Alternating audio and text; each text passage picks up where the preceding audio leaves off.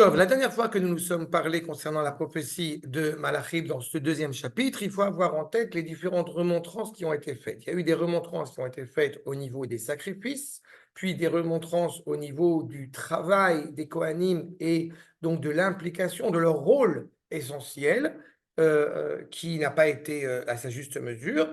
Et nous abordons ici une troisième remontrance, et cette fois-ci à l'égard du peuple de manière générale, à savoir effectivement le fait que, semble-t-il, eh bien, malheureusement, ceux qui sont montés à l'époque donc du deuxième, pour la reconstruction du deuxième Beth Amikdash, aux prémices de cette reconstruction du deuxième Beth Amikdash, eh bien, ont ramené, comment dirais-je, ont ramené Christiane avec eux. D'accord? Vous avez compris l'image de Christiane? Et c'est un vrai problème. Ils ont ramené effectivement des femmes non juives. Mais vous remarquerez, et c'est très important, comment est-ce que le prophète Malachi s'exprime. Il y a trois stades dans ces remontrances. On a évoqué le rapport au Kodesh, on a évoqué le rapport, donc encore une fois, au sacrifice. On vient nous insurger, nous scandaliser sur cette idée qu'on veut absolument faire le culte religieux, mais sans réellement y donner un sens profond, ce qui est un premier reproche qui a été fait. Puis, on s'adresse aux Kohanim, ceux qui sont censés enseigner, relever les manches, comme on dit, et transmettre cette parole au peuple dans son optimale vérité. Et enfin, on s'adresse au peuple qui a épousé des femmes non juives. Et cet ordre est fondamental, puisque vous savez évidemment que quand il y a un problème en Israël, n'est-ce pas, la première chose qu'il faut faire, c'est expliquer pourquoi l'autre est coupable. Ça, c'est fondamental. N'est-ce pas? Jamais ne penser une seule seconde qu'on a peut-être une responsabilité à l'égard du peuple tout entier, mais comme nous, on a toujours raison évidemment, donc je suis cynique, je pense que vous l'avez bien compris, donc il n'y a pas de problème. D'accord? Il y a toujours un texte du Rav que j'aime beaucoup rappeler, le Massa Machanot du Rav Kook, quand il parle, on est la veille de Rosh Hashanah, et il parle des différents camps qui se sont construits, hélas, en Israël et qui n'ont pas de fondement dans la tradition juive, cette idée de religieux et pas religieux. Chofshi, puisque c'était le terme à l'époque, Chofshi et Charedi, ce qu'on pourrait dire à notre génération, Dati et Chiloni. Et le Rav est perplexe, puisqu'il s'adresse aux gens religieux, et il leur parle de la Teshuvah. On s'approche de Rosh Hashanah, on parle de Teshuvah. Et les gens disent, donc Haredim, sous-entendu religieux, c'est en ce sens-là qu'il faut le comprendre, pas du tout. Et ils répondent, mais enfin, qu'est-ce que tu veux de nous? Nous, on est religieux, quoi. On va voir les gens qui ne sont pas religieux, c'est à eux de faire Teshuvah. Il va voir les gens dits pas religieux, et il leur parle de Teshuvah. Qu'est-ce que tu veux de nous? C'est un terme de religieux, va voir les religieux. Donc, conclusion de l'histoire, personne ne fait Teshuvah. C'est aussi simple que ça. Et donc, nous avons ici une problématique que le verset nous soulève déjà, à savoir être conscient qu'il y a un problème. Être conscient qu'on n'est peut-être pas forcément parfait, qu'on a des choses à corriger. Ce n'est pas évident d'arriver à cette conclusion, avant même de corriger. Regardons ensemble le verset. Allô, Av Echad les Kulanu. Nous avons un père, donc entendu le même père, semble-t-il, Abraham, à nous tous. Av Echad les Kulanu. Alors, El Echad Baranu. Un Dieu nous a créés. Qu'est-ce que ça veut dire, Anno? C'est une sorte de question rhétorique.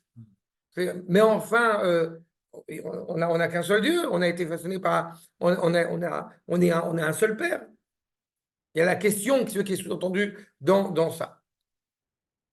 Madoua, comment est-ce qu'on pourrait nivgod ish be'achiv lechalel brit avotenu? Puisque nous avons un seul Dieu, puisque nous sommes rattachés à un seul Père, comment est-ce que nous pourrions duper nos frères et profaner l'alliance qui a été consolidée, qui a été contractée avec nos pères? Pas?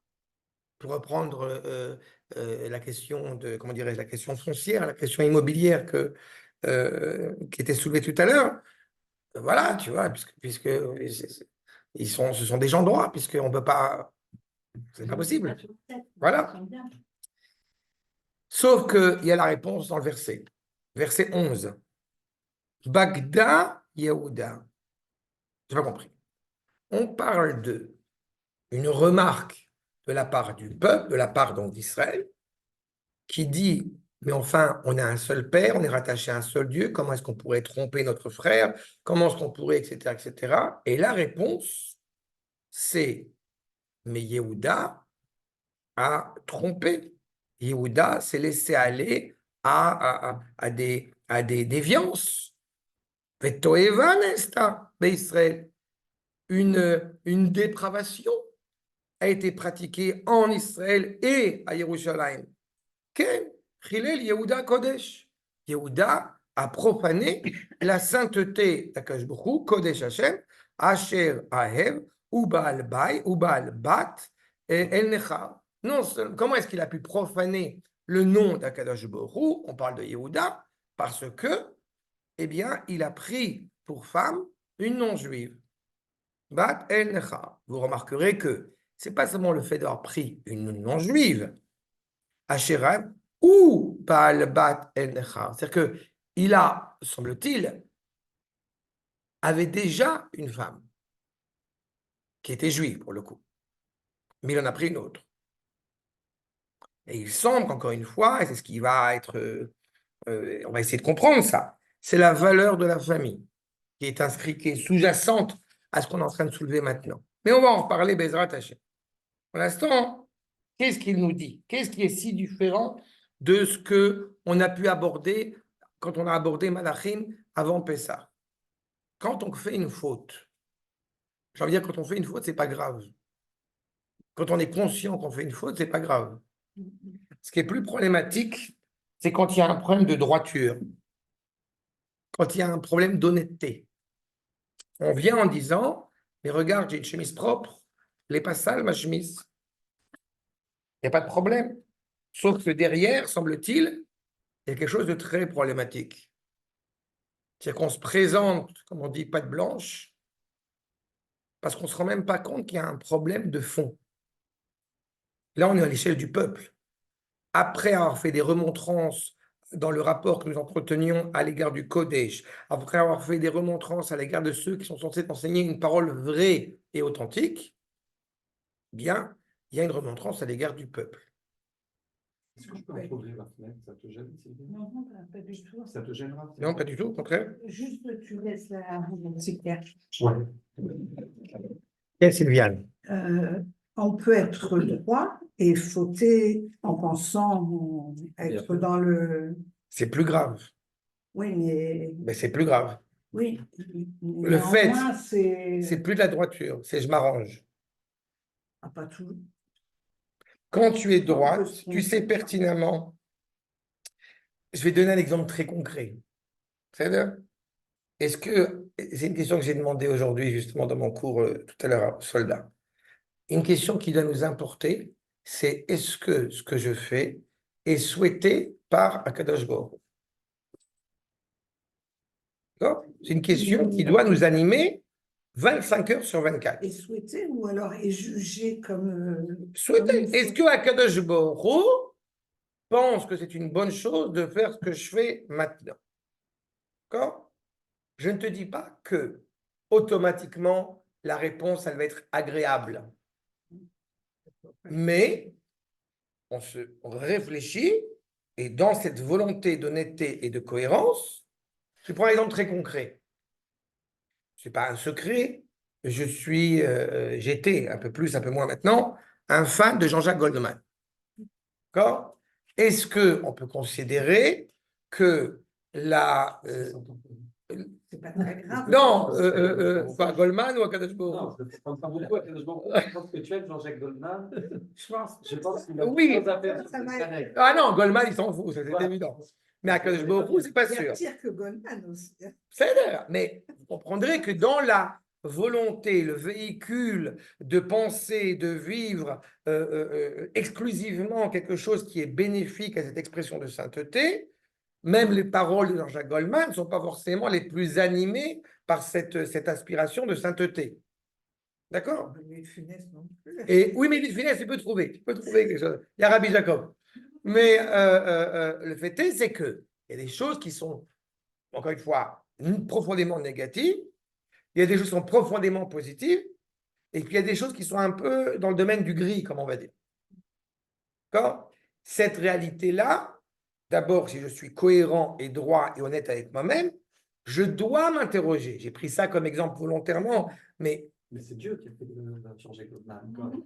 donc, du coup, Il l'a souhaité. et c'est lui qui a Il créé l'a aussi quand même les... voulu. Oui, mais c'est Il lui, a qui eu a... quand même une pensée. c'est lui qui a créé les cochons aussi. Mais, mais oui, mais on n'a pas le droit de les manger, mais ils ont une fonction. Jean-Jacques Goldman, C'est c'est le- le barbe, c'est assurance C'est tourisme. le bac.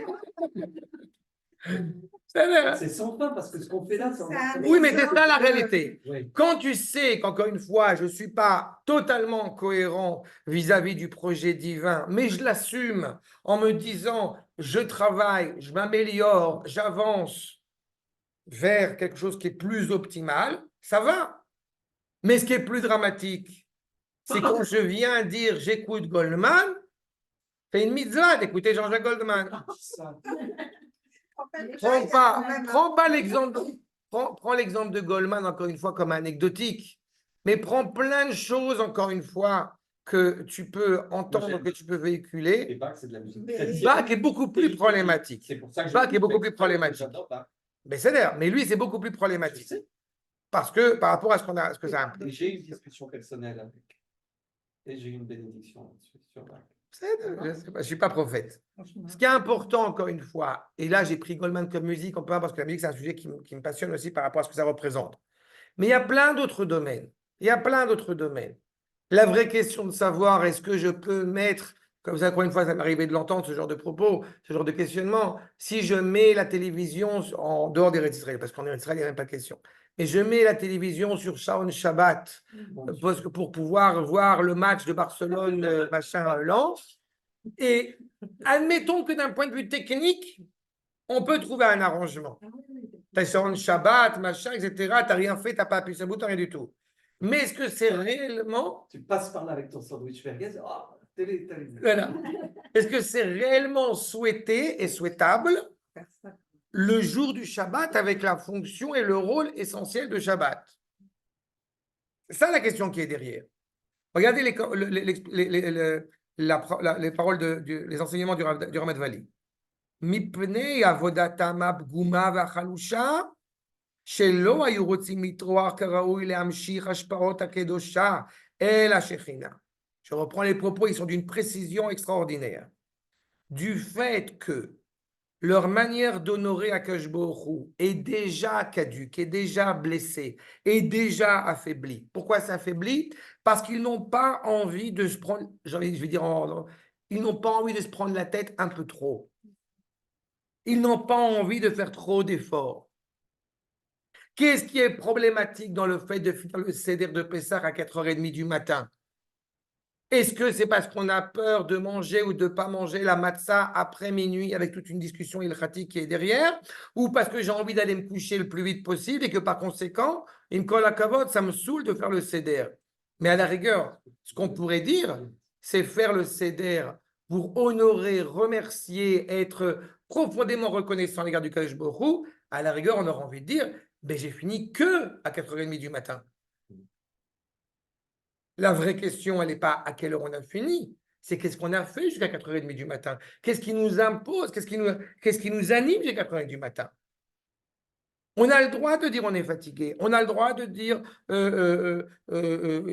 certains maîtres autorisent telle ou telle chose. Mais la vraie question, c'est qu'est-ce qui m'anime, qu'est-ce qui m'intéresse. Une fois, quelqu'un m'a dit, mais on est obligé de faire un Dvar Torah à chaque repas. On est obligé. Mais rien que la question est problématique. Rien que la question, elle est déjà problématique. On est obligé de dormir dans la souka, mais c'est terrible de poser une question pareille. Mais on a envie de dormir dans la souka. Quand il y a cette idée de vouloir accomplir un acte qui est totalement extérieur à moi, évidemment, tout va être un effort. Et je ne m'exclus pas, encore une fois, du peuple. Je pense, peut-être pas tous, mais nous sommes, on va dire, beaucoup de gens à penser qu'il y a certaines mitzvot, mais j'ai envie de me lancer pour elles, me défoncer pour elles, me donner à fond pour elles. et peut-être d'autres qui sont plus ennuyeuses, qui sont plus embêtantes. C'est- Mais le problème, c'est qu'il faut aussi les faire. Mais- Se lever le matin de bonne heure, c'est plus compliqué que de s'acquitter de la mitzvah de manger le couscous le Shabbat. Ça dépend Moi, pour j'aime qui. bien Moi, j'adore me lever de bonheur. matin. Oui, C'est vrai. Mais c'est bien. en même temps, ce qu'on dit, parce que moi, je me sens en totale teshuva là-dessus, et je sais qu'il y a des choses que j'ai encore besoin de continuer de faire. Et je pense que malgré tout, commencer petit à petit par les choses qui sont bien, ça permet d'aller longtemps et d'aller loin, quoi. Et tu ne te voiles pas la face, comme on dit. Ah non, non. C'est ça qu'il est en train de dire. On n'est pas en train de se dire, ça y est, on est arrivé, on est parfait, on a tout accompli, je fais ce que De toute je façon, veux. on ne le saura jamais. Exactement. D'abord, en plus, Mais oui. il y a trop de mitzvot, de toute façon, c'est super bien fait, puisque personne ne peut dire je fais toutes les mitzvot. Non, mais en tant que peuple, oui. C'est Ah, mon père. en tant que peuple. Mais même à l'échelle individuelle, tu n'as jamais entendu, et je te le souhaite si tu ne l'as pas entendu, mais même à l'échelle individuelle, combien de fois on peut entendre non, non, mais je ne fais pas le Birkat Amazon, je ne prends qu'une part de pizza. ça, je parle. Des gens que j'invite chez moi, ils disent non, je ne vais pas prendre de trucs, après, je vais devoir faire le Mais Et ça, je reconnais, je ne dis pas les noms. non, Ça, pardonne. non, mais tu as envie de dire, mais profite-en. Grâce à avoir mangé un petit bout de pain, tu vas pouvoir parler et honorer Eretz Israël, Yerushalayim, Akadosh Baruch Hu de donner le Mazon et nos frères qui se sont battus aux côtés de Bar Korba. Tu as envie de dire, mais c'est une super opportunité. Le problème, c'est que justement, c'est ce que nous dit le Ramat Vali, on n'a pas envie. Non, mais à la limite, on n'a pas intérêt à ce que. Il faut, le fait qu'on a l'impression d'avoir à faire un effort, on a plus de mérite à le faire. Donc, Alors, c'est très intéressant ce que tu soulèves. C'est ce qui va être dit à la fin des temps entre les tzadikim et les réchaïm. Les oui, tzadikim, ils vont avoir l'impression. plus de mérite, bien sûr. Exactement. Justement, on se dit comment est-ce que j'ai pu être hésitant à faire une mitzvah aussi simple alors que le tzadik, il voit la montagne qu'il a affrontée. Évidemment qu'il y a des difficultés, mais la problématique, encore une fois, elle n'est pas l'effort que tu vas y fournir. Tu as envie de le fournir. Je prévois, Bezrat Hashem, puisque je vais à Jérusalem, normalement le mercredi, je vais reprendre mon cours à Jérusalem. Je prévois, Bezrat Hashem, de monter à Jérusalem et de monter évidemment sur le Harabait mercredi, puisque c'est Rosh Chodesh, je profite en même temps là-bas, Bezrat Hashem. Ça veut dire me lever à 4 heures du matin, ça veut dire aller au mikvé avant, c'est à m'organiser avec une journée qui va être longue. Mais l'idée de tout ce que cela implique, c'est l'adrénaline, ça me donne des vitamines extraordinaires. Achav. Venimtsa, Shemayum Mechalelim Otomamash. Puisque tu n'as pas envie de faire d'efforts, tu finis en réalité par réellement profaner la présence d'Akadosh Baruch Hu à l'idée. Shemachnisim Oto Bereshut Acher. Qui va décider en réalité de ce que tu dois faire? Bah, tout le monde sauf Akadosh Baruch Hu. On n'a aucun problème à respecter et à honorer chacun qui va suivre son rave et qui va faire ce qu'il a à faire, mais qui réellement va faire ce qu'on attend de lui de faire. Vous savez, il y a une expression qu'on appelle Rav Noach. Le Rav Noach, il est exceptionnel. C'est le Rav que tu suis ce qui t'arrange. Concernant entre la viande et le lait, va prendre ce Rav-là. Concernant le fait de partir en dehors d'Israël, ce Rav-là. Chacun, on prend tout ce que... Voilà. Et c'est ce qui est la pire des choses. Chaque Talmid Chacham, quand on va le suivre et quand on va l'écouter, il y a des choses sur lesquelles il va être très cool. J'ai un lave-vaisselle, par exemple, qui fait à la fois, pas en même temps évidemment, mais qui fait à la fois Bassari, à la fois Khalavi. Pas tous les maîtres pensent comme ça. Par exemple.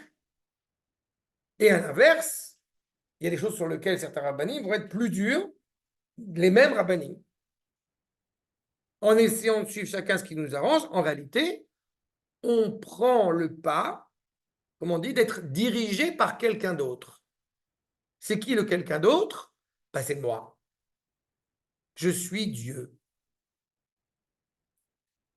Machnisim oto bereshut acher. Et du coup, Nivgod ish be'echad. Dans le commentaire du Ramat Vali, c'est quoi qu'on va tromper l'homme, si je traduis son frère, son prochain? Nous dit le Ramat Vali, Sheu hayichud hakadosh ha'elyon, hamosher et hashpaotav mina avot ha'elyonim. L'unité profonde d'Akadosh Baruch Hu qui attire toutes les influences des pères supérieurs. Ça veut dire qu'en réalité, Ish, Ish be Achiv, on ne suit plus Akadosh Baruch Hu, on choisit l'influence de quelqu'un d'autre. Umadua nivgod bo lechalelo lachniso bereshut acher, Ish ze atzadik lemata. Be'achiv ze atzadik lemala.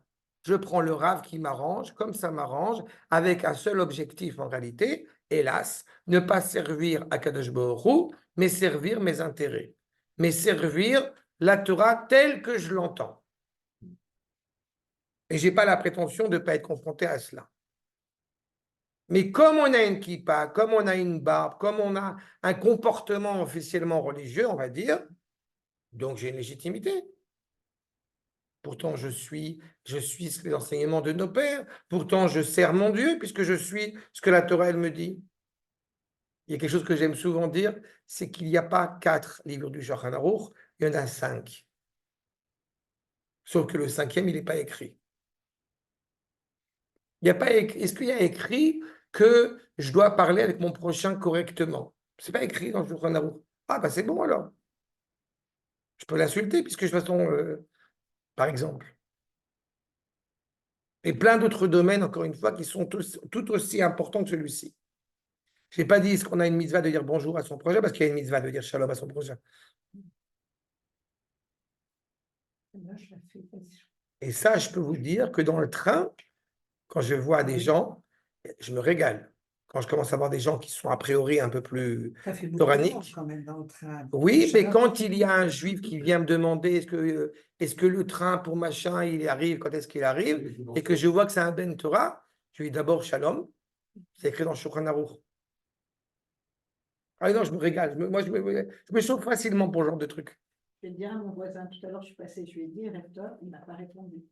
Mais il a peut-être un souci, il faut de l'indulgence. Non, bah, il ne t'a pas répondu parce qu'il peut-être qu'il ne parle pas avec une femme. Ah. Bon. C'est pour ça qu'il ne t'a pas dit.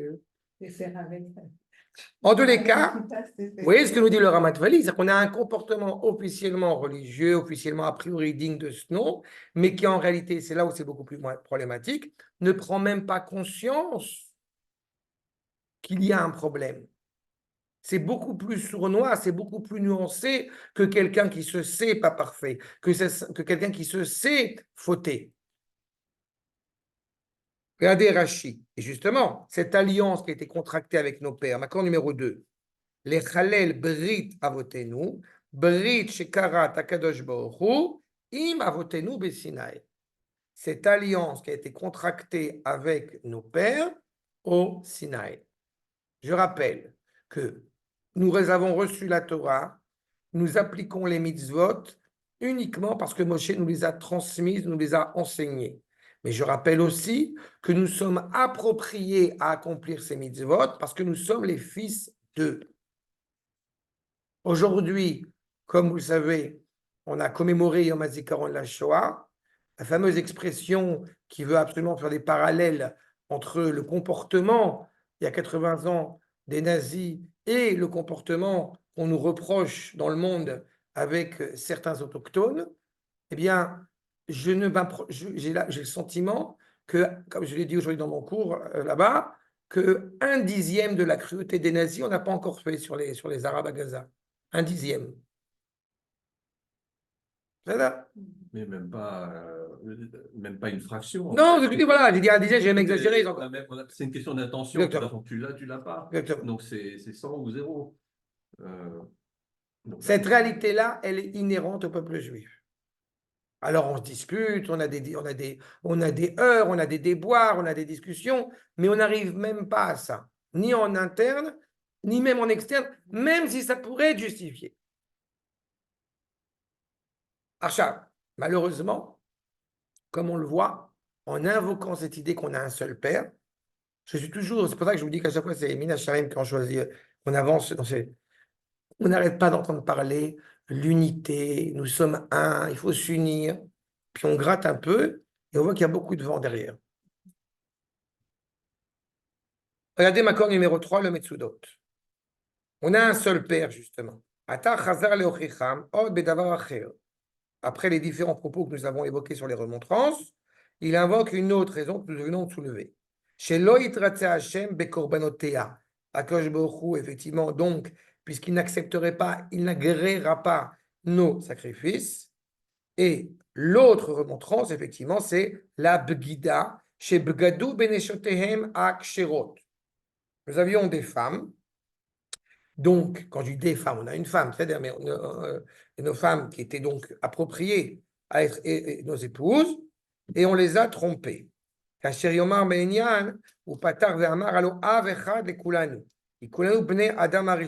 tous les fils, encore une fois, de Adam Arishon, du premier homme. Donc, on a un rapprochement physique, et on est rapproché à un seul Dieu. Comment tu m'as fait la remarque, Nathalie, a juste dit tout à l'heure qu'on a rigolé là-dessus? On nous dit, la priorité, ça doit être de libérer les otages. Et alors, ça laisse supposer que des gens qui ont un avis différent sur ce propos se fichent totalement de la libération des otages. C'est totalement saugrenu. En disant, nous sommes tous des êtres humains. C'est la même problématique. Nous sommes tous des êtres humains. Ça veut dire quoi? Moi, une fois, quelqu'un m'a dit ça. Mais moi, le fanatique sioniste, machin et tout, une fois m'a dit ça. Étant donné que moi, je respecte Adam Bacher ou Adam, étant donné que moi, je respecte l'homme en tant qu'homme, et je lui ai rétorqué sur ce propos, ben oui, mais moi aussi, je respecte le chien parce qu'il est chien, le chat parce qu'il est chat. Je ne vois pas qu'est-ce que ça vient importer, ce propos. Mais ça se veut un propos universel qui en réalité cache derrière, eh bien, hélas, un refus de se corriger, un refus de comprendre et de saisir le rôle qui est le nôtre, qui n'est pas méprisant à l'égard de l'autre, mais qui doit s'honorer dans sa spécificité. Et pour le coup, c'est une volonté, c'est ce que laisse entendre déjà le Rav, une volonté de justifier le fait d'épouser une femme non, malheureusement, pas seulement d'épouser une femme non juive, ce qui est déjà un drame en soi, c'est le fait d'avoir trompé son épouse. Comme j'ai dit, on ne l'épouse pas, tu l'as prise par la bia, par l'intimité, chez Mishmor, et par l'intimité. Non, mais tu sais très bien que grâce à Dieu, tous les juifs qui sont, au Hachem, appliquent la Torah et mangent kasher et font Shabbat, ne trompent pas leurs femmes. Pas, sinon ça se saurait. Oui, mais c'est avec une femme juive. D'accord? Moi, le kadosh, moi, c'est Vous savez que la notion d'avoir plusieurs épouses, on avait parlé de ça une fois par rapport aux Sfaradim, aux Ashkenazim. Pour les Ashkenazim, c'est interdit. Ne me dites pas que ce n'est pas interdit pour les femmes. Non, mais on va être précis. On va être précis. C'est pas que c'est pas interdit pour les Sfaradim, il faut être précis. À la base, selon la Torah, c'est pas interdit. C'est pas interdit selon la Torah elle-même. Bon, encore une fois, des Horaïta. Rabbeinu Gershom, il a fait un décret qu'on ne pouvait pas. Mais même selon la Torah, où cela est permis, encore une fois, limité à un maximum pour le commun des mortels, à 4 épouses, le nom est fondamental. Ce n'est pas une femme, c'est une épouse. Pourquoi c'est important cette notion? Parce que d'abord, ça demande. Je rappelle que c'est important d'avoir aussi au niveau de la halakha par rapport à cela. Que d'abord, c'est la permission de la première épouse. Si la première épouse récuse, l'histoire n'existe pas. Et en deuxième point, en deuxième plan, tous les bienfaits qu'on donne à l'une doivent être donnés à l'autre. Les robes, les bijoux, les belles-mères, les... Pardon. Déjà, voilà. Et On ne donne rien ni à la première ni à la non, parce que tu as une obligation. Non, parce que ça, c'est une obligation. Ouais. À la base, heureusement, le Rambam, j'ai envie de dire, nous a sauvés, puisque chaque mari est censé donner avant chaque fête des bijoux, des robes, etc. à son épouse. Pourquoi je dis qu'il nous a sauvés? Selon ses moyens. Voilà. Mince, alors. Donc ça va voilà. C'est Mais pas- il n'empêche. c'est pas il a dit ça. Au fur et à mesure des épouses. Quand même. Mais tu comprends que c'est très important. C'est-à-dire qu'il n'y a pas ce rapport qu'on va le trouver dans d'autres cultures qui est totalement méprisant à l'égard de l'épouse. Au contraire, il doit avoir un respect profond à tous les niveaux. Intimité, bijoux, robe, à tous les niveaux. Très bien. Bon, je vais à la parenthèse. Mais de toute façon, là, on le voit bien. Il n'y a pas à prendre plusieurs épouses. Il y a clairement le terme de bgida qui a été utilisé. C'est-à-dire qu'il y a une tromperie, il y a une duperie qui est absolument scandaleuse. Retzono lomar, alo hanefashot hayesharim, des âmes droites, cohérentes, pures, atsulot mito, mimakor martavet hakodesh, puisqu'on est gravé, on est inscrit dans cette expression de sainteté, yeshlo korva, mipat hanefesh, on a encore une fois ce respect de cette dignité. Mais pourquoi est-ce qu'on parle de Yehuda? On va y revenir. Pour l'instant, je poursuis. Ubeyoto ken, madoua nivgad ish be'echad. Pourquoi est-ce qu'on va se tromper l'un l'autre? B, ishto, pardon, sheyesh lo arva ima. Il faut leur dire bon, non, mais ils arrivent. Quelqu'un qui arrive. Comment on fait? Mipeat agouf, mipeat agouf. Attends, c'est déjà compliqué avec lui. Attends, je vous passe la feuille. C'est pas grave. Nous, on est tellement banal. Est-ce que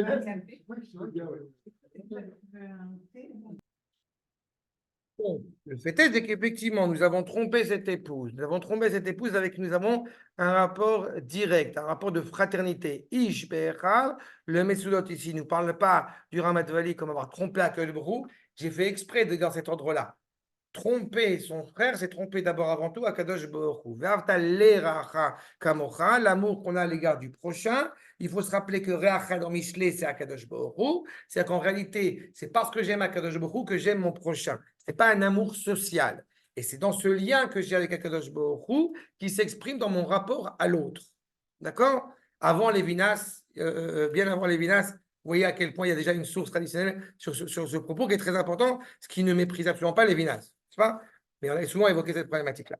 Le fait est, c'est ça, qu'il a trompé justement cette femme pour des raisons qui sont malheureusement pas des raisons même légitimes, puisque justement, ce n'est pas en vue de l'honorer. C'est quoi les raisons légitimes? Disons que si tu prends une deuxième épouse Ah oui. avec l'autorisation de la première, Ah. comme on avait indiqué, donc ce n'est pas un problème. Non. Mais c'est ça qui peut être légitime pour ajouter ça. Tu as des esclaves, Knaanim, tu as des esclaves Goïm et tu veux pouvoir avoir plus d'esclaves, etc. Tu peux unir un esclave avec une esclave, par exemple. D'accord, par Ça, exemple. c'est ma troisième épouse, d'accord.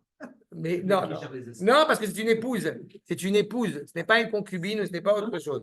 C'est important. C'est pour ça que j'ai bien précisé. C'est la notion d'épouse. Et on a pris ces femmes-là. Mais ça vous montre aussi, malheureusement, à l'époque du deuxième Beth Amikdash, au début du deuxième Beth Amikdash, à quelle situation sociale nous nous trouvons. Nous parlons de gens, puisque malheureusement, les grands avaient préféré rester en dehors d'Israël, et que ceux qui vont venir, c'est ceux qui réellement, ils ne l'ont pas fait d'ailleurs par volonté d'énerver, de mettre en colère, ils se sont retrouvés dans une situation comme celle-ci. Il va savoir comment la gérer. Mais on va y revenir tout à l'heure avec Ezra. Regardez la suite. Donc, les Peata Nefesh, qui chez Alou Minagola, justement, quand ils sont venus, chez Zavtana Shemesh, Venishcheru, Venimasu Benebalehem, pourquoi est-ce qu'ils ont pris une autre femme?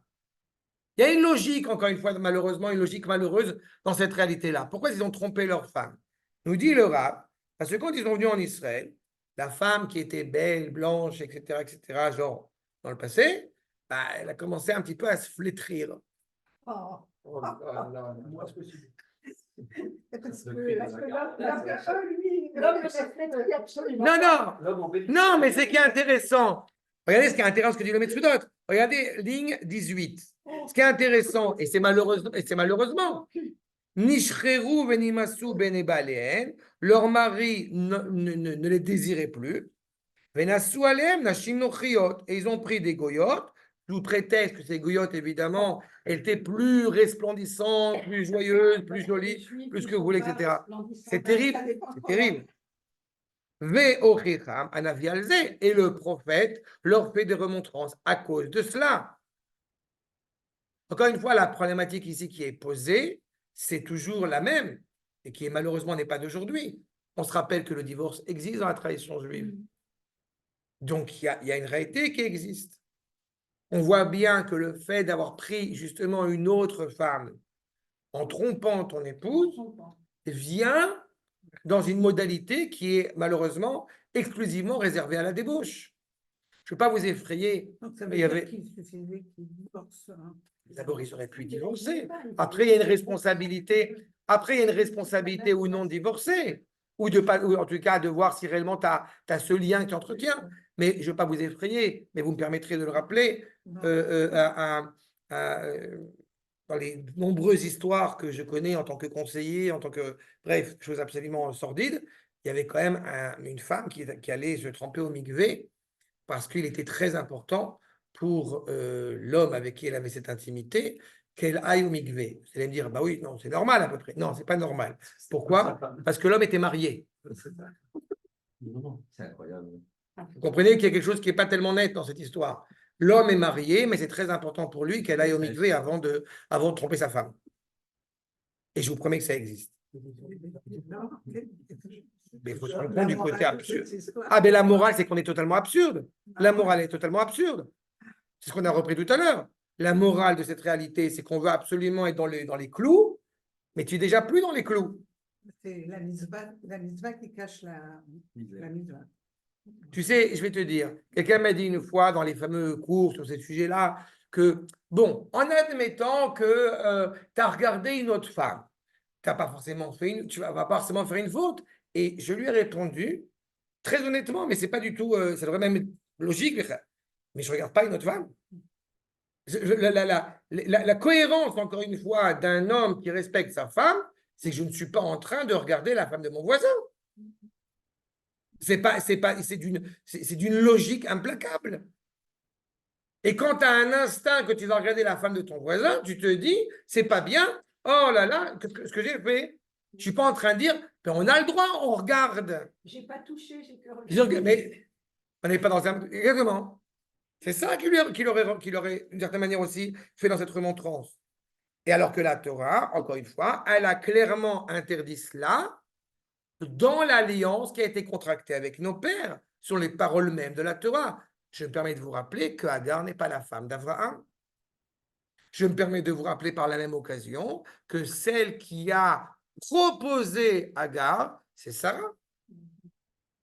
Il y a une démarche qui est essentielle ici. Bila et Zilpa ne sont pas les femmes de Yaakov.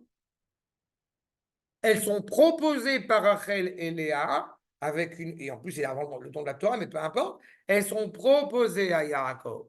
Oui, Bila et Zilpa deviennent les femmes de Yaakov quand Rachel et Léa décèdent. Et uniquement à ce moment-là, Yaakov les considère comme étant ses épouses. Et pour autant, il n'y a pas une des façons d'acquérir une femme, c'est aussi de se rapprocher d'elle. Nachon, tout à fait. Mais dans ce cas-là, justement, c'est très bien ce que tu as dit. C'est très important. Deoraïta, aujourd'hui, on sait qu'il faut de toute façon Ktuba et etc. Mais le fait est, c'est qu'effectivement, selon la Torah elle-même, il y a ces trois choses. Et effectivement, à partir du moment où il y a eu une intimité avec une femme, tu es considéré comme étant marié avec elle. Mais ça veut dire quoi? Ça veut dire que tu as une responsabilité vis-à-vis d'elle. En disant ici que tu as pris une non-juive, il y a quelque chose qui est sous-entendu. Tu n'as aucune responsabilité vis-à-vis d'elle. C'est d'autant plus dramatique. Mais bien sûr, mais il y a quelque chose de très problématique derrière. Et la remontrance, encore une fois, elle n'est pas seulement au fait d'avoir pris une non-juive. La remontrance, comme je vous remets en arrière, la remontrance, c'est comme on s'est déconnecté de la volonté de cette expression de sainteté, ou alors qu'on la transforme en quelque chose d'extérieur à nous, qu'on ne vit plus, donc automatiquement, on peut arriver à toutes les déviances possibles, aussi dans ce domaine-là. Dans l'autre sens, c'est quoi sur une femme juive qui épouse un homme non juif? Les enfants sont juifs. Nachon. Et donc, si elle le fait, elle a le droit, ou c'est du même ordre de... C'est pas du même ordre parce que l'identité passe par la mère. Non. Une femme juive qui épouse un homme. L'identité passe par. Je vais te dire. Je vais te dire. C'est vrai dans l'autre sens, c'est ça. Je vais te dire. D'abord, n'oublie pas un détail, c'est qu'il y a la problématique de la femme adultère. Là, on parle d'un homme qui est marié avec une femme. Oui, Donc, une femme qui, de toute façon, va avoir une intimité avec un autre homme, excepté son mari, ce qui est une coutume très ancienne en Égypte, et on a vu avec la plaie des premiers-nés, c'est évidemment très problématique dans la tradition juive de toute façon. Maintenant, une femme qui a épousé un non-juif, ce n'est pas des épousailles, c'est autre chose. Et c'est effectivement ses enfants, mais ce n'est pas les enfants de son mari, Ok. d'un point de vue ilkhatique. C'est là. Quoi que vous avez dit? C'est très. Vous me soulevez des trucs qui sont très. Non, non, moi, ça ne me dérange pas de vous répondre, mais je vous dis les choses. Ok. D'accord? C'est très problématique. Après, vous n'oubliez pas un détail, c'est qu'on n'est pas dans la problématique humaine, on est dans la problématique devant un Kadosh Baruch Hu. Pourquoi je dis qu'il y a une nuance? Parce que c'est très compliqué, toutes ces notions, encore une fois, de mélange avec les non-juifs et toutes les implications qu'il y a derrière. Pas? Comme je suis des gens qui sont candidats à la conversion, vous vous rendez bien compte à quel point c'est délicat de leur expliquer que leurs parents biologiques ne peuvent pas les accompagner à la choupa. C'est pas évident à gérer. C'est-à-dire, mais je ne veux pas rentrer dans des détails là, je rentre uniquement dans cette remontrance, vous comprenez la problématique et ce qui est posé. Regardez s'il vous plaît, dans Sefer Ezra. Dans Sefer Ezra, ah, vous êtes arrivé un peu plus tôt, ça va, j'ai encore le. Non, non. Ezra, accord numéro 4. On va voir justement ce qui est souligné. Lo nivdelu am Israël ve'akohanim ve'alevim me'amei haratzot ke'toavotehem leKnaani. Vous voyez, accord numéro 4, ce qui est souligné. L'essentiel d'avoir, encore une fois, une intimité avec une femme non juive, ce que ça cache derrière, c'est le manque de compréhension de la valeur, encore une fois, de la spécificité qui est Israël. Je vous répète une anecdote que j'ai souvent eu l'opportunité de raconter. Quand j'étais au lycée, je sais qu'aujourd'hui, à quel point c'était une parole courageuse de le dire. Je n'en étais pas conscient quand j'avais 15 ans, quand j'avais 15-16 ans au lycée. Mais si jamais tu tombes amoureux d'une non-juive, alors tu ne vas pas l'épouser sous prétexte qu'elle n'est pas juive. Réponse, et je vous parle de ça en n'ayant pas la connaissance qu'aujourd'hui. Exactement. Je ne peux pas tomber amoureux d'une non-juive. Je ne me rendais pas compte à quel point cette phrase, elle était lourde de sens. Aujourd'hui, vu le taux d'assimilation qui existe notamment en France, je me rends bien à quel point, combien c'est difficile et combien c'est délicat. C'est exactement la problématique. Il y a quelque chose de spécifique. Combien de fois ça m'est arrivé, je me permets juste de raconter ça parce que ça me fait toujours rire, quand on était jeune en France, on avait une carte d'identité française, on était aussi français que n'importe qui d'autre qui était autour de nous. Autant français. Sauf que si tu ramenais une fille à la maison, la première question, c'est elle est d'où? Elle est algérienne, elle est marocaine, elle est ashkénaze. C'est ashkénaze, c'est global. Mais elle est. Mais si tu avais l'opportunité, si tu avais la chutzpah de dire elle est française, ça voulait tout dire. Maintenant, tu peux dire si tu es en France, j'emmène une Tunisienne, une Marocaine, une. Mais quand j'étais jeune. Une Française aussi. Oui, mais tu comprends. Tu comprends que, encore une fois, j'ai jamais mis les pieds en Algérie. Donc, c'est quoi, elle est algérienne? Elle parle l'arabe parce qu'elle connaît un mot d'arabe. Il y a une sorte d'expression comme ça qui était véhiculée. C'est-à-dire, elle est vous-vous. Elle est ashkentoz. J'en ai épousé une, donc je peux rigoler, c'est bon. Est-ce qu'elle est de chez nous? Elle est de chez nous, exactement. Non, encore maintenant. Ça a un peu évolué. Mais il y a cette idée-là qui existait au demeurant. Et le fait est, c'est ce que nous dit le prophète Ezra, vous voyez, à l'époque donc, de la construction du deuxième Beth Amikdash, on a commencé, et pas n'importe qui, mais les plus importants parmi nous. Crémieux a épousé une non-juive, si vous voulez faire des rapprochements historiques. Il y en a d'autres. Ketoeva, les Knaanim, c'était une abomination qui était pratiquée, encore une fois, chez les Cananéens, chez les Périzis, chez les Ivoussis, chez toutes les peuplades qui étaient aux alentours. Poursuivons verset 2. Kinasu mibnotehem lahem velivnehem veitarvu zera akodesh be'amei haratzot. On s'est mélangé. Il faut se mélanger. C'est comme ça que Bilam il faire tomber le peuple. Exactement, exactement. Sauf que là, en plus de ça, malheureusement, tu as l'accord du peuple juif, d'une partie d'entre eux. On va se mélanger, il faut s'ouvrir. Vous avez à Akko, hein. Vous avez des cas à Akko de juifs qui ont épousé des arabes. Aujourd'hui, vous avez des années que ça existe. Vous avez un lycée qui existe à Akko, puisqu'aujourd'hui c'est la mode, mixte. Mixte, vous comprenez ce que ça veut dire mixte? C'est-à-dire que vous avez des adolescents qui demain vont épouser et vont s'épouser mutuellement. L'implication est désastreuse. Exactement, exactement. Regardez la suite. Ve'ata, pnotechem, al titnu livnehem, ne donnez pas vos filles à leurs fils, ou benotehem al tiseu levnechem, ou leurs filles, ne les donnez pas à vos fils. Vous voyez, pour ceux qui, encore une fois, vont évoquer l'idée qu'il y a un manque d'égalité entre les hommes et les femmes, puisque l'identité passe par la mère. En réalité, même l'identité qui passe par la mère, uniquement par la mère, elle est a posteriori. Ce n'est pas une situation idéale auquel, encore une fois, on peut être confronté. Encore une fois, et je sais à qui je m'adresse, je sais dans quel cadre je m'adresse en disant cela, mais personne autour de cette table va dire il y a un idéal à épouser un non-juif, ou l'inverse. C'est dangereux, c'est risque. Non, c'est loin d'être Ça ne prend pas longtemps. Ouais, il y a des cholestérol. Malheureusement, c'est une réalité, encore une fois, qu'on connaît tous autour de soi, et c'est très problématique. Et justement, au contraire, Al tidreshu shlomam, ne demandez pas comment ils vont, ne parlez pas avec eux, j'ai envie de dire, ne buvez pas du vin avec eux, tout ce que ça implique derrière. Adolam, pour l'éternité. Les ma'an techasku v'achaltem et tout va'aretz, pour pouvoir bien bénéficier, profiter de tout ce qui est de bien en Eretz Israël. Ve'orashtem livnechem adolam. Et vous pourrez donner à vos fils en héritage cette identité. C'est-à-dire, je répète, ce qui est ici invoqué derrière ce mariage, si je puis dire, cette alliance avec des non-juifs, cache malheureusement la problématique de la présence d'expression de sainteté au sein de son foyer. Quand un étudiant va fréquenter une non-juive, pourquoi est-ce il irait s'amouracher d'une jeune fille, on va dire, juive d'origine marocaine ou ashkénaze, peu importe, qui va lui prendre la tête à Pessah, alors que lui, à Pessah, il mange du pain, il s'en fout totalement. Il y a un style de vie, il y a un rythme de vie, il y a des évidences. Et pourquoi le jeune homme en question, vous savez très bien qu'en général, ce n'est pas le jeune homme en question ni la jeune fille en question, c'est le cadre familial qu'il a éduqué dans une certaine dimension, dans une certaine voie, qui l'a amené à ça. Ça s'est jamais produit de manière instantanée qu'un juif épouse une non-juive. Il y a eu des générations qui se sont produites. Et c'est ça qui nous est indiqué ici.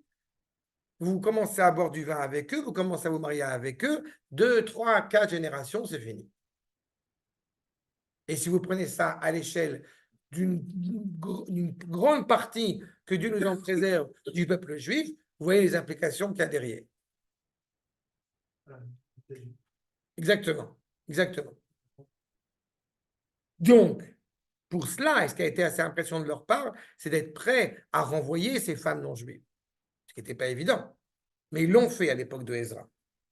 Leotzi kol nashim, je reprends ligne 30, Leotzi kol nashim, ve anolad mihem, be'etzat Hashem. Ils sortent ces femmes et tout ce qui va en sortir, donc des enfants, selon l'ordre d'Akadosh Baruch Hu, ve'achidem be'mitzvat Eloheinu, en accomplissement de la mitzvah, l'ordre divin, ve'chatorah ya'aseh, en étant fiers de pouvoir accomplir ce que la Torah a dit. J'ai eu une fois entendu, mais presque entendu, pas de manière directe, mais j'ai une fois entendu cette histoire d'un prêtre protestant qui s'est avéré juif, qui avait épousé une femme, il a des enfants, il a quitté tout le monde, il est monté en Israël, il a épousé une juive. Wow. Et franchement, d'être capable de faire cela, ça m'impressionne. Pour les implications qu'il y a derrière. C'est une décision qui est difficile. Je ne connais pas sa femme. C'est possible, c'est vrai. En tous les cas, c'est clairement ce qui nous est demandé. Maintenant, regardez s'il vous plaît m'accord numéro 5. Comprenez qu'encore une fois, ce qui est quand même assez étrange, si je puis dire, c'est qu'on a parlé de grandes choses dans les remontrances qui ont été données. On a parlé des remontrances, comme je l'ai dit, vis-à-vis des sacrifices, vis-à-vis du culte, du travail des Kohanim qui n'ont pas honoré leur rôle. Et on a l'impression qu'on touche, somme toute, une problématique sociale. Mais là encore, il me semble important de rappeler la nuance essentielle entre Israël et toutes les nations, toutes les civilisations, à savoir quelle est la valeur de la famille.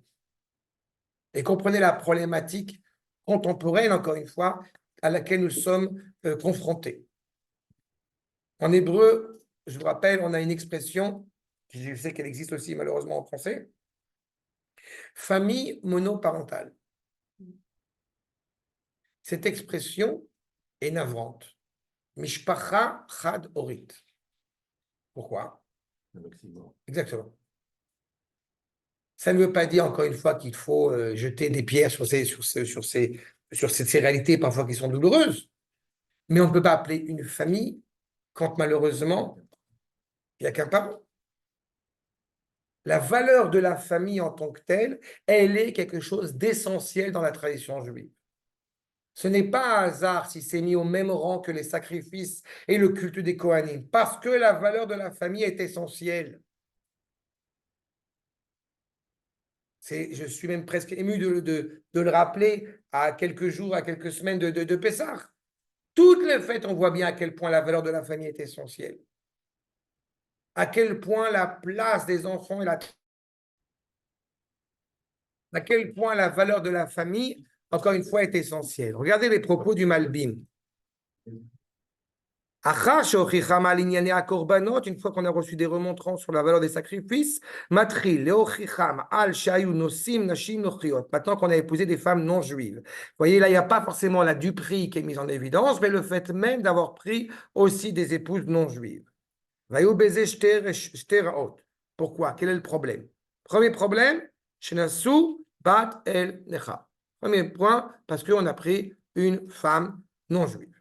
Deuxième point, שנשים נוכריות היו כגבירות, ונשיהם הישראליות היו כשפחות בעיניהם לנוכריות. Premier problème, on a pris une femme non juive, c'est un problème en soi. Deuxième problème, la femme non juive a pris plus d'importance, plus de valeur, elle est devenue la maîtresse de maison, plus que la femme juive. C'est ça? C'est là où ça devient encore plus dramatique, qu'évidemment un problème.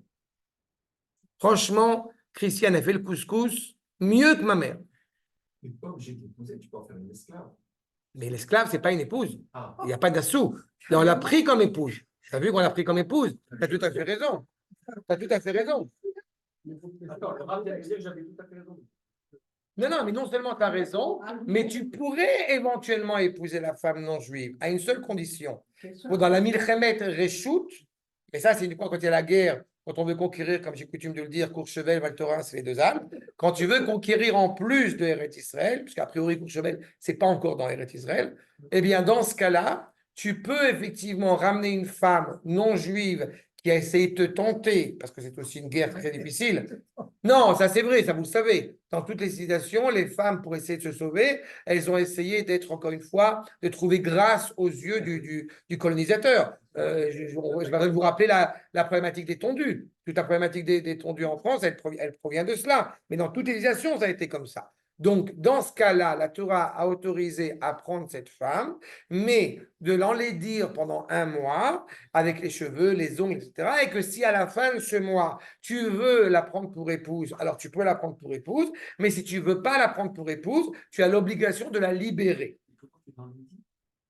Par les cheveux. Ah, ok. Ouais, okay. Justement pour montrer, pour prouver si réellement tu as envie de prendre cette femme pour l'honorer, ou justement pour ce rapport purement physique. Exactement. Je fais des guillemets, mais c'est un trophée de guerre. Hein.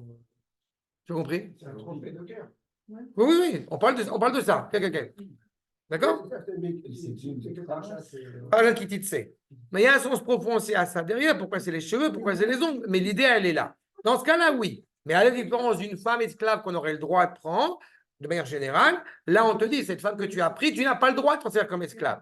Si tu ne veux pas la prendre pour épouse. C'est enseigné à Columbia. Ben écoute, j'en suis ravi. Surtout que c'est effectivement des gens d'une grande moralité, d'après ce que j'ai compris. Mais, comment dirais-je, je vais être poli, qu'ils aillent chez leur mère. Non, mais d'accord, ce que je veux dire, c'est que c'est effrayant. Je ne savais pas ça chez nous.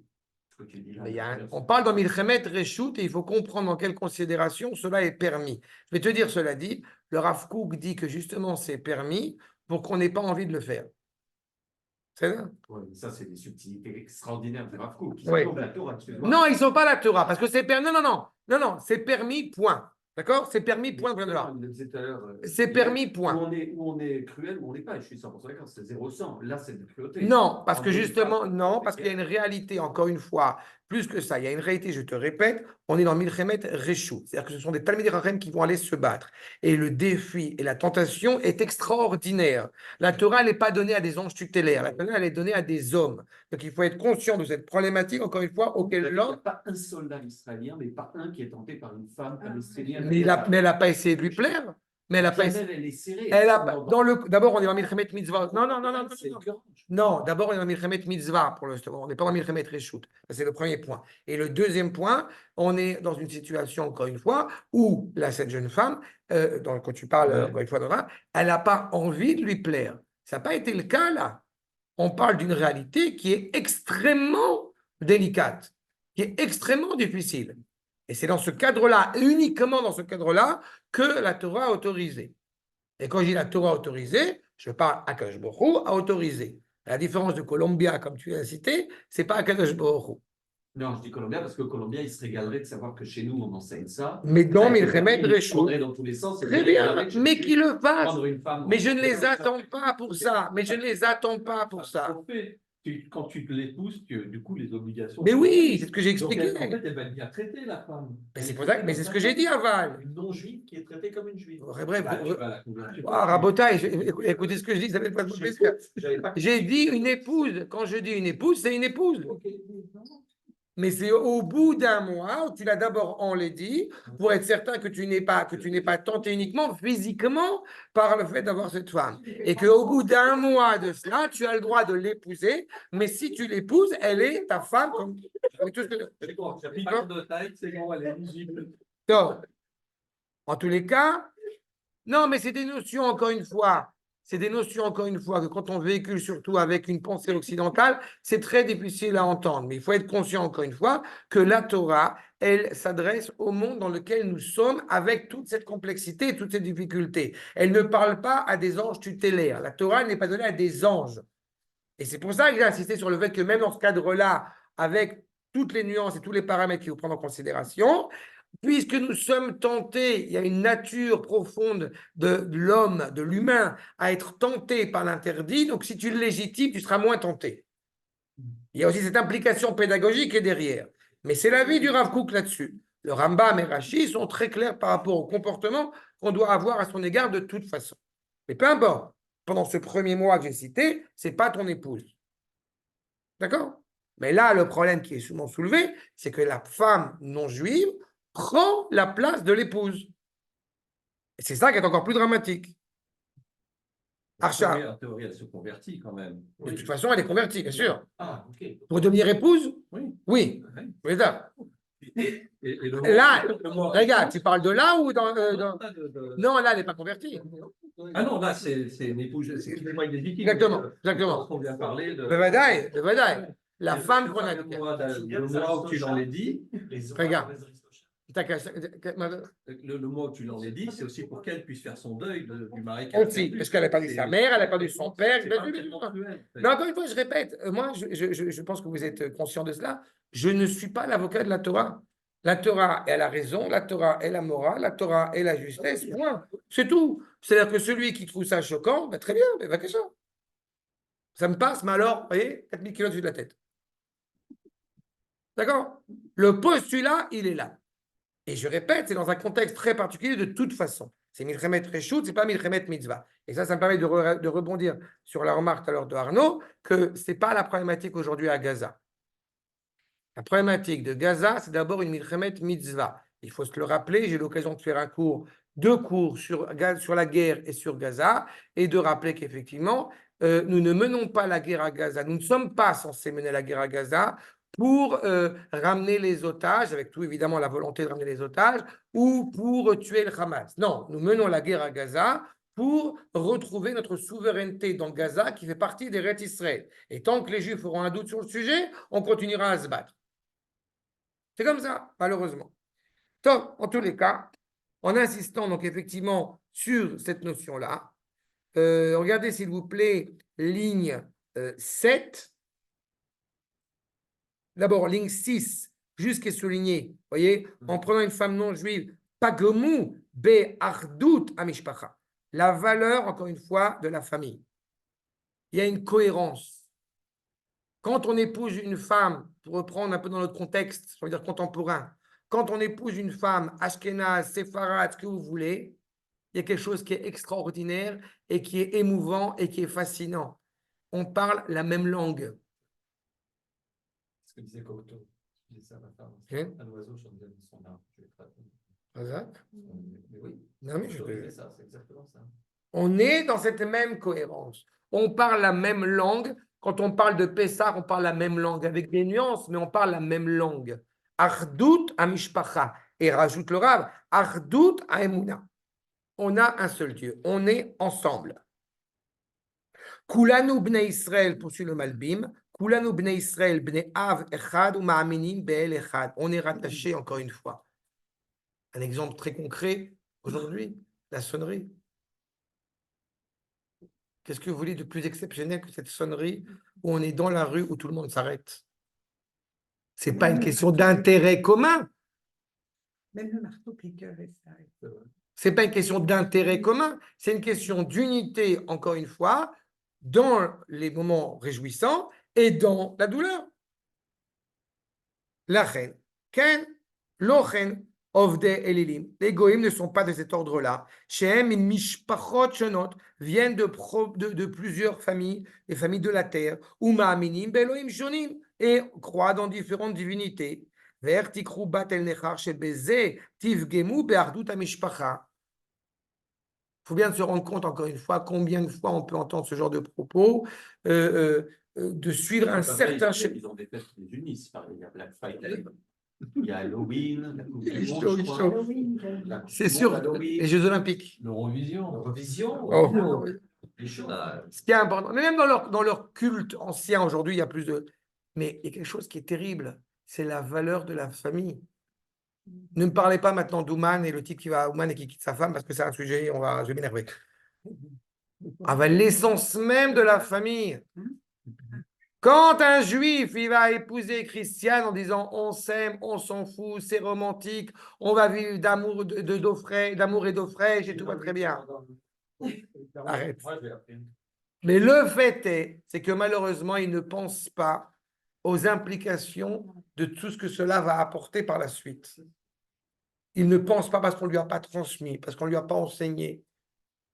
Je suis bien placé pour en parler, comme j'ai coutume de le dire, puisque toute ma famille est du côté de mon père est finie. Regardez le Ramat Valley. Iné. Et pourquoi est-ce qu'on a évoqué Yehuda? Moi, j'ai une belle-mère qui s'appelle Marie-Françoise. Shem Yerachem. Pourquoi est-ce qu'on a évoqué Yehuda? Parce que tout ça part d'où? D'abord et avant tout, de la tête. Tout ça commence avec ce qui est à la tête. Yehuda. L'otechokek, Shevet, mais Yehuda. Inekvar Edoua, nous dit le Ramat Valley. Ça a à voir avec Yoda et C'est pas Yehuda l'homme Yehuda, c'est Yehuda la tribu de Yehuda. On est dans Malachi, donc on est déjà d'accord. Inekva Yedoua, chez Yedoua ou Shevet Amelucha, c'est la tribu qui dirige. Veka Sherucha, Veshalom Mamash Malchuta Kadisha, Apelgam Shelo Magia l'école Israël. Quand celui qui est à la tête ne se comporte pas comme il se doit dans ce que représente la famille, automatiquement, ça a des répercussions sur le peuple tout entier. והמשל אומר שכאשר הראש מחריב לכל האיברים, la tête fait mal à tous les membres. עניין הבגידה שהוא לבוש נוכרי, לבוש הקליפה ממש. On est animé par des conceptions, c'est pas seulement épouser, pour le coup, le Ramat Valley en tant que Mekoubal donne une nuance supplémentaire, c'est pas seulement le fait d'épouser une union juive, c'est d'avoir une pensée qui est totalement contraire à ce qu'on attendrait de la pensée d'un dirigeant hébraïque, sans viser personne. C'est ça qui est indiqué derrière. Ça a des implications douloureuses à l'égard du peuple tout entier. On est habillé de cette écorce impure qui n'est pas la nôtre, cette écorce qui, encore une fois, véhicule des messages qui ne sont pas des messages hébraïques. On a épousé une culture non juive. Et pour la femme que tu épousais, qu'on a parlé tout à l'heure, le Or HaChaim HaKadosh donne cette notion-là, entre parenthèses, je répète, dans Milchemet Reshut, uniquement dans la guerre permise, sur le fait qu'avant de ramener quelque chose de l'extérieur vers l'intérieur, tu le cachérises, tu vérifies qu'il convient à la valeur de la sainteté du peuple juif. Quelque part, on va dire les gaillères auto. Vérifie. Pas tout ce qui vient de Chutz Laaretz, in kol hakavod, c'est de l'étranger, automatiquement est positif et bénéfique pour Israël. C'est un problème, c'est une vraie question qu'il faut se poser. Surtout quand on commence à construire un pays. C'est pour ça que dans Sefer Dvarim, c'est dans la parole qui dit, quand on rentre d'Afghan en Eretz Israël, qu'on doit s'interroger sur cette problématique-là. Achab, regardez s'il vous plaît. Donc évidemment, en profanant cette semence animée par la sainteté, en profanant la valeur de sainteté du peuple juif, c'est d'abord en la mélangeant avec autre chose que doit être le peuple juif. Regardez pour terminer sur ce point ce que nous dit le Rav dans Makor numéro 7, le Rav Kook dans Israël Vetriato. Aïmoun amishparti, la confiance dans la valeur de la famille, ou tolada ve'amshacha kavit miota aimuna agdola ashruya be'emek ahava. Le vrai amour, c'est cet amour, encore une fois, qui prend sa source dans la valeur de la famille. Ça me fait rire parce qu'on a fait j'avais une discussion avec mon épouse ce Shabbat et mes enfants nous autorisent, mon épouse et moi, de temps en temps à parler que tous les deux. Ils nous autorisent. Ça a été très marrant quand on avait décidé de temps en temps, on veut sortir tous les deux au restaurant, ce que vous voulez, etc. Et les enfants se préparent. Mais non, mais on sort tous les deux. Quoi, sans nous? Mais quand est-ce que vous rentrez? Mais c'est-à-dire que, voilà, mais c'est exactement la valeur de la famille. Cette place-là, qui prend sa source, encore une fois, dans cet amour profond, Apoelet, Beruach Chaim, Besechel Elion, ou Mefoar, qui agit, qui prend sa source dans ce souffle vital de l'esprit supérieur. Ça veut dire qu'encore une fois, il y a la Shekhinah au milieu, il y a la présence d'Akadosh Baruch Hu au milieu. Tout cela, encore une fois, en cohérence avec toutes les créatures. Je veux être en cohérence. Mon corps et ma neshama veulent être en cohérence avec la personne qui est en face de moi. J'ai coutume d'expliquer qu'un couple, c'est une pièce de monnaie. Et comme c'est une pièce de monnaie, donc il y a deux facettes à cette pièce de monnaie. Et cette pièce de monnaie, eh bien, les deux facettes n'ont pas le même relief. Mais c'est qu'une pièce. C'est exactement la cohérence qui doit être. Le fondement même de la famille. Pardon ? La pièce de monnaie.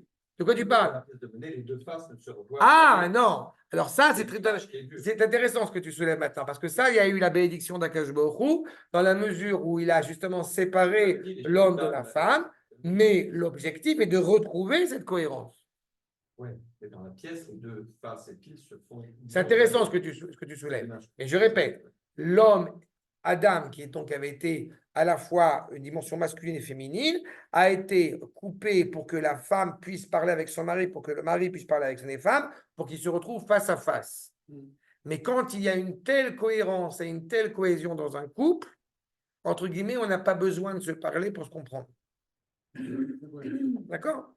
Et tu sais pas Oui. ce qui se passe à l'intérieur de la pièce. Non, mais il y a cette idée-là. D'accord? Il y a cette idée qui est d'ailleurs encore vers ce propos. Le fait est, c'est qu'encore une fois, ça implique la valeur essentielle du foyer. Pour beaucoup de civilisations, malheureusement, le foyer est un passage, une station. Je passe par la maison pour sortir après. Non, la maison a une valeur essentielle. Cette confiance, encore une fois, de la famille, elle a autant de valeur, autant de sources que justement les Kohanim, que justement les Korbanot, encore une fois. Okay. Je vais partir de toi, mais c'est que on ne regarde pas la femme de l'autre, pas seulement parce que c'est interdit, parce que si, mais parce que ma femme, c'est la seule qui est belle. D'accord. Oui, c'est juste. J'ai dit ça. Ouais, non, mais celui de sa dot, c'est la valeur de l'amour pour celui qui on dit. Si on ne le sait pas, on va forcément regarder la femme de n'importe qui, d'ailleurs, peu importe. Parce que le lien qui me rattache à mon épouse est la valeur essentielle. C'est pas que c'est parce que tu as dit, une femme, je n'ai pas le droit de la regarder. Non, c'est pas que je n'ai pas le droit. Non, mais c'est que je n'ai même pas envie. On n'est pas censé avoir envie, mais il y a un instinct qui existe. Sa femme, bah oui. Il y a un instinct qui existe, malheureusement, qui peut exister. Je suis d'accord avec toi. Je suis désolé, moi, j'ai peur de cochon. Ben, c'est très Ouais, bien. j'ai des tonnes Mais de même si cœur. tu avais envie, tu as tout à fait raison. À l'instant, Mais même si tu avais cochon. envie, même si tu avais envie de manger de cochon, tu es intéressé à servir Akadosh Baruch Hu. Tu es intéressé à aimer Akadosh Baruch Hu. C'est pour ça que j'ai mis cette. Je ne compare pas évidemment la femme à un cochon. Oui, Pardon? à un moment donné, ça dépasse. D'accord. Parce que moi, je suis comme lui, mais voilà, à un moment donné, tu te dis non, bah non, ça n'a plus de sens. Et c'est peut-être parce que justement, on a. Il y a un travail qui a été fait en amont, bien sûr. Mais c'est pareil pour l'amour. Mais je suis d'accord avec, mais je ne suis pas moi qui vais te contredire, je suis d'accord avec toi. Mais ça prend tout son poids. Mais en tous les cas, ça nous permet de saisir. Non, mais j'ai compris ce qu'il a voulu dire. Non, non, c'est très important ce qu'il a voulu dire. Le lien, encore une fois, fait que c'est souvent, je vais terminer avec ce point-là. J'ai souvent dit que quand on va chez quelqu'un et qu'on veut complimenter la maîtresse de maison sur ce qu'elle a cuisiné, ben, j'ai souvent dit à mes élèves, à mes khatanim, aux khatanim que j'ai préparés, qu'on ne le fait pas. C'est quoi on ne le fait pas? Alors on ne complimente pas, on ne dit pas merci? Si, mais une manière qui est formulée. Ton épouse a exceptionnellement bien cuisiné. C'est super bon ce que ton épouse a cuisiné. Vous comprenez que l'objectif dans la propos que j'ai tenue maintenant, c'est pas de resserrer le lien entre moi et la maîtresse de maison, c'est de resserrer le lien entre cette maîtresse de maison et son mari. Grâce à toi, ton épouse, elle a vachement bien cuisiné. Alors là, pour le Là, Voilà. mais il y a une nuance comme ça qui est essentielle. Tu sais, j'ai fait un Shabbat il y a quelques années de cela et ça m'a toujours marqué. J'avais fait ce Shabbat et avec des élèves de la Yeshiva qui étaient venus chez nous. Et je n'avais pas fait attention qu'il avait relevé cet élève et qui m'a fait la remarque après. Il a remarqué que j'ai dit à mon épouse merci, c'était super bon. Et on est mariés depuis quelques années quand même. Genre, a priori, je devais essayer. Voilà. Et ben, moi, j'ai dit ça machinalement. Et ben, l'élève en question. Non, C'est pas bien. Ça. non, je le pensais, mais ça me paraissait évident de le dire. Mais je n'ai pas dit ça pour dire, vous voyez, apprenez comment. Non, l'élève en question a fait la remarque parce qu'il a remarqué ça. Et c'est super important, qui est justement cette prise, encore une fois, cette reconnaissance de la valeur de ce foyer. Donc vous comprenez que la remontrante à ce moment-là de Malachi, elle est bien au-delà le fait simplement d'avoir une relation physique qui est déjà très dramatique en soi, mais c'est tout ce qui se greffe derrière par rapport à cela, encore une fois, à la valeur du foyer. Et c'est ce que nous dit le Rav, que je vous ai dit rapidement à l'oral, mais à quel point la maison nationale du peuple juif, elle prend sa source dans la construction du foyer individuel. Je répéterai jamais assez, c'est le foyer de Yaakov qui est descendu en Égypte et de cela va sortir un peuple. Donc la valeur du foyer, elle est intrinsèque, elle est essentielle en tant que telle. Ad Kan pour ses premières parties sur Malachi. Et Bezrat Hashem,